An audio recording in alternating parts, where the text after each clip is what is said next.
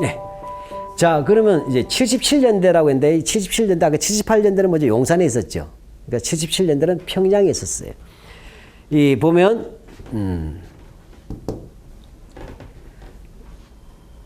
자, 우리 제대 기념 앨범 같은 거 있죠? 또 제대 기념이 아니더라도 특별한 군대에서 중요한 행사가 있으면 그 당시로서 사진이 귀했으니까 기념 앨범을 만들었어요. 근데 이 앨범은 어떻게 되냐? 조선 평양에 주둔했던 보병 제77년대의 제영 기념 사진첩, 제영. 내가 부대에 있을 때를 기억하는 추억록 사진이다. 우리 군대 가면 추억록이라는 게 있죠? 제대할 때 주는 게 있어요. 즉, 제대하는 병사들에게 줬던 77년대 근무 기념 앨범입니다. 예, 어떤 내용인지 한번 볼까요? 예. 하드코어가 나와버렸습니다. 예. 앨범에 사진이 많은데, 예, 좀 하드코어 사진을 좀 소개해드리고 있어요. 여기 보면 알겠지만, 예, 바로 이 77년대겠죠? 예, 병사들이 보니까 평시가 아니네요. 중무장하고 무기를 들고, 칼을 차고, 앞에는 뭐죠?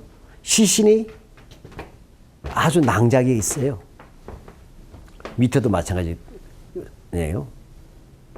아, 이게 도대체 무슨 일일까요? 연도를 한번 봅시다. 1932년이네요. 아, 이 연도에 비밀이 있었군요.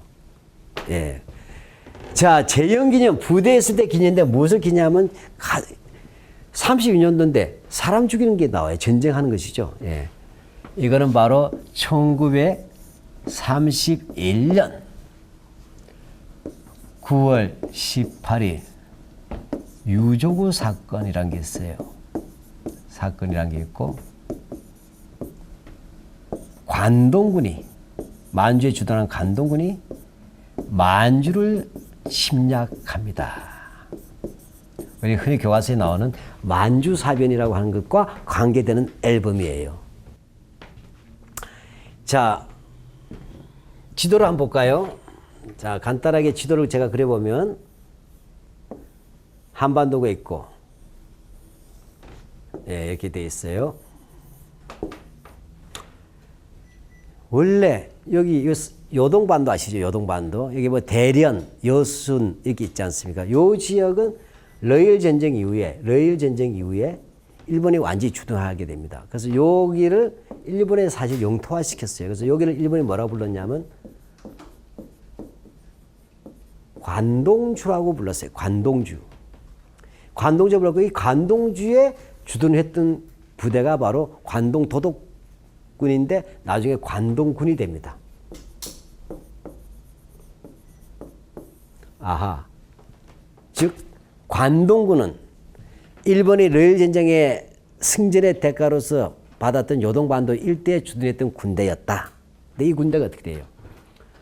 완전히 극우의 본산에, 일본 극우의 본산이고, 그 다음에 팽창의 핵심이에요. 일본군 통제도 받지 않는 극우 군인들의 아승이 됩니다. 이들이 어떻게 합니까? 이 관동군이 1931년 9월 18일 날 유족으로 폭파하면서 일제히 뭡니까? 만주를 침략하는 것이 바로 1931년 9.18 사변이라고 하는 건데, 만주 사변으로 부르는 겁니다. 이렇게 해서 이들이 쳐들어가서 만주 일대를 점령하면서 그 다음 뭐죠? 1932년 3월 달에 마지막 황제 푸이를 데려와서 만주국을 만드는 것입니다. 그런데 어떻게 돼요? 이 관동은 있지만 만주는 무척 넓죠. 군대가 부족한 거예요. 즉, 만주 현재 있는 관동군만으로는 만주 전역의 요소를 점령할 수가 없었어요. 그래서 어떻게 합니까? 동국의 동의와 허락이 없이, 승인이 없이 뭡니까? 조선군 사령부하고 연결해가지고, 야, 우리가 지금 만주를 지금 치는데 니들 군대 좀 보내줘 하니까 조선군 사령부에서 오케이, 도와줄게. 그러니까 니들 지뢰 폭파 부대도 필요하고 뭐 여러 가지 필요하다. 그럼 도와줄게. 이렇게 합니다. 그렇게 해서 뭐냐면 이 관동군이 만주 침략을 개시하고 이어서 뭡니까? 조선군이 보병 78년대, 77년대 평양에 있는 부대가 제일 가깝죠. 그러니까 만주로 보냅니다. 이걸 국경을 넘어서 보냈다 해서 월경 부대라고 해요. 넘을 월자, 국경 경자. 바로 이 앨범은 뭡니까? 조선 평양에 주둔했던 77년대인데 재영 기념은 재영 기념이지만 특히 그중에서 이들이 32년대에 만들 때 가장 큰 사건은 뭐예요? 바로 이 77년대가 만주로 넘어가서 만주 사변의 침략군의 일부가 되는데 이들이 뭐예요? 거기 가서 어땠다는 거예요? 바로 중국인들을 무차별하게 죽인 사진이죠. 네, 이거 좀 불편하지만 좀 확대해 보겠습니다. 이거 참 이거 좀 보여드리기가 좀 난감하긴 한데 목이 잘 됐죠? 예. 예, 잘 알다시피 칼로 목을 쳐버린 거예요. 예. 그러니까 평정산이라고 하는 산이 있어요. 거기서도 뭐냐면 엄청나게 많은 사람들을 얘들이 죽입니다. 우리가 흔히 남경대학살만 얘기하지만 이미 만주 사변 당시에 일본군은 만주 일대 곳곳에서 일종의 제노사이드를 자행합니다. 예. 바로 이 사진은 그러한 제노사이드를 생생하게 자기 스스로 입증하는 사진들이죠. 예. 예, 같은 이렇게 해서 시신들을 매장하는 사진들이네요. 예. 예. 자, 같은 연도에 아까 77년대는 평양에 있었죠. 78년대는 용산에 있는 겁니다. 그죠? 용산에. 용산 사령부 산하 예하 부대예요. 이들도 역시 만주 사변의 월경 부대로 넘어간 거예요.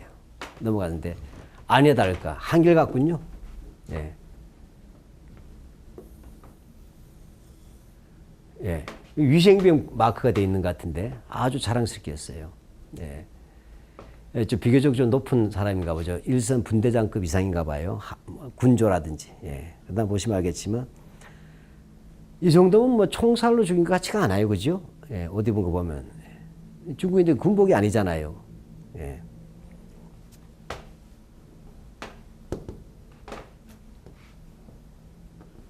예. 요거는 보니까 깃발을 보니까 이거는 아까 32년도인데 이 깃발이 보이네요.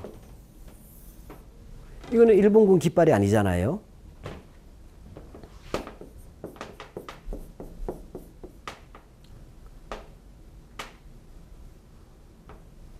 만주국 깃발이네요. 만주국. 예, 보니까 이쪽은 일본군이에요. 일본군이에요. 근데 이쪽 옷이 좀 다르죠? 예. 또 깃발은 바로 만주국 깃발입니다. 그러니까 만주국은 1931년 9월 18일 날 일본 관동군이 만주를 침략하고 나서 약 반년 뒤에, 즉 1932년 3월 1일 날 건국되는 게 우리 3일째랑 똑같은 날짜네요. 만주국이에요. 그러니까 적어도 이 범죄는 뭐죠? 앞에 범죄보다 뒤식이네요. 뭐죠? 1932년 3월 1일 이후에 있었다는 거죠. 그래서 되었던 거예요. 근데 보면 알겠지만 거의 뭐 끔찍한 사진들이에요. 예, 이런 식으로 해서 우리가 이 사진을 봤을 때 일본군의 전쟁이라고 하는 것은 단순한 전투로서 죽이는 사진이 아니고 옷도 벗겨져 있고, 그죠? 예. 아까 목도 잘라져 있고 그런 것들은 목을 잘랐다는 것은 뭐죠? 그냥 죽인 게 아니고 잡은 다음에 목을 잘랐다는 거 아닙니까? 예. 예, 이런 걸 봤을 때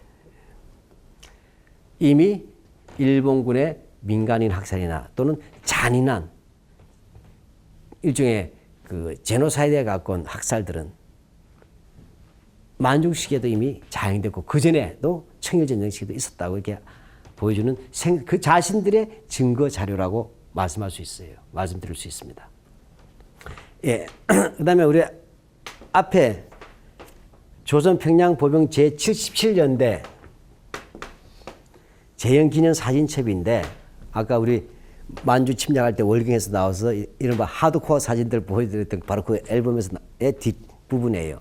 뒷부분인데 이런 쭉 사진들이 쭉 나와 있어요. 여러 명이. 근데 조금 이상했어요. 왜냐하면 처음에 저도 이런 쭉 사람이 한 수십 명이 나와요, 뒤에. 그래서 그냥, 여기에 근무했던 사람들이 추억 삼아서 뭐 이렇게 조선인 옷도 입어보고 또 중국인 옷도 입어보고 그렇게 찍은 줄 알았어요. 근데 보니까 쭉 보니까 그거가 좀 달라요. 그래서 정확하게 제대로 확증할 수는 없지만 왜 이들이 이런 것을 특별히 찍었을까에 대해서 이제 첫 번째는 뭐 기념으로 찍었다고 말할 수 있는데 보면 다양하게 복식이 다 달라요. 복장들이 다 다른데 그러면 이런 생각이 들어요. 기념으로 찍었다? 제대 기념으로 뭐 만주도 가 있었고 또 조선에 대해서 한번 찍었다 그렇게 볼 수도 있어요. 그런데 이 옷들이 어디서 났냐는 거예요. 옷들이 사진가에서 찍은 건 아니고 군부대에 다 있었단 말이죠.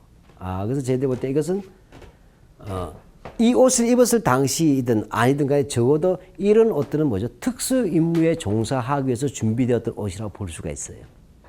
즉 뭐냐면 정탐 또는 스파이 활동 또는 민심, 교란 이렇게 위해서는 다양한 변복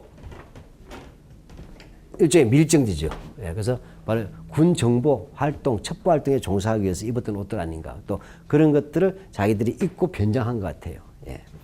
추정입니다만 그럴 계속 매우 높은 자료들입니다. 그 다음에 이들이 제대하면 기념품들을 많이 만들었죠. 추억록 앨범 외에도 그들의 흔적들이 많이 남아 있습니다. 그런 것들 가운데 보면 이런 것이 조선 돼 있어요. 제대 기념.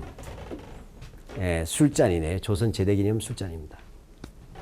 그 다음에 이건 군대 모자 모양의 군모 모양의 철모 모양의 술잔이에요. 그 다음에 술병입니다. 근데 이거 뭐죠? 조선 용산 공병대 제26대대예요. 그래서 뭐냐 개선 퇴영이라고 되어 있어요. 개선 퇴영 말이 좀 심상치 않네요. 그냥 제대가 아니고 개선해서 퇴영했다고 해서 뭐죠? 이른바 만주 사변, 만주 침략을 해서 거기 가서 자기 참전했고 그다음에 승리해서 돌아와서 개선했고 그 이후에 제대했다 이런 뜻이 됩니다. 그러니까 전쟁에 실제 참전했다는 뜻이 되죠. 개선은. 그나서는 살아서 나는 명예롭게 제대했다 되는 거네요. 밑에 보니까 공병으로 참전했다는 것이죠. 아까 만주 침략할 때 참전한 용산 77년대 산하 공병 대대 소속원이다. 이걸 알 수가 있습니다. 어떻습니까? 일제 강점기에 이 일본군의 흔적들, 아까 보셨지만, 조선에 대한 일본의 식민지 지배라고 하는 것은 군사적 강점으로서 시작되었고, 역대 조선 총독들 또한 현역 군인 출신들로 거의 충당되어서 실제로는 그 무력에 의한 지배들을 본질을 가지고 있다. 즉 폭력적 지배였다는 것들이 기본적으로 깔려 있었다는 것입니다. 그렇게 되고 이게 사단이 있었고 나중에 추가로 배치되었지만 이들은 3.1운동 당시에 직접적 군부대에 나와서 진압을 담당했었고 그 다음에는 바로 국경 지역에서는 3.1운동 이전의 단계에서는 한반도의 최후의 의병들에 대해서 직접적으로 이른바 무력 폭도 토벌이라는 데서 독립군을 직접적으로 전투를 했었고 그 이후에는 20년대 이후에는 국경 지역에서도 또 독립군 또는 항일 유격대와 싸우기도 했었고 그랬던 존재들이고 또 국제적으로 보자면 만주에 있었던 관동군이 만주를 침략하고 만주국을 괴뢰 정부를 세울 때 바로 이 조선군은 본국의 지시도 없이 이 관동군과 협잡해서 부대를 출경시키면서 아까 같이 민간의 학살까지 자행했던 그런 끔찍한 역사가 있는 부대라는 것이죠. 그리고 무엇보다도 이러한 역사들 속에서 이들이 그 당시 식민지 조선에게 심어 놓으려고 했던 것은 이러한 군대의 위력들을 각종 군사 대항 연습전을 통해서 민간인들에게 보게 만들면서 일본 군대의 위력을 과시하고 복종할 것을 요구하는 하면서 독립의 의지를 꺾으려는 그런 군사적 시위도 같이 겸하고 있었다는 것. 그 하나 또 이 자료에 나오지 않지만 이런 속에서 오히려 일본군에 대한 적개심보다는 일본군을 선망하면서 박쥐 같은 사람은 오히려 일본군 장교를 선망하고 결과적으로 그렇게 해서 친일 군인들이 탄생하고 그들이 해방 이후에 한국군의 주류가 되고 나아가서는 그중에 일본의 이런 관동군이나 조선군이 가졌던 못된 습관, 정치 개입과 왜 영향을 받았어? 일본 파시즘, 군사 파시즘 영향을 받아서 5.16 쿠데타가 일어나고 나아가서는 한국의 유신체제 같은 일제 잔재들이 남아서 한국 사회의 총체적 후진성까지 나왔다. 한국 사회 전체가 병영 국가가 돼서 후진성을 가져오게 됐던 이런 것들이 알고 보면 일제강점기 일본 군대의 악습들이었다고 볼 수 있습니다. 예. 그런 점들에 대해서 우리가 다시 한번 생각해보고 일본 식민지 지배가 얼마나 곳곳마다 다 남아있는지 생각해볼 기회가 되었으면 좋겠습니다. 예, 고맙습니다.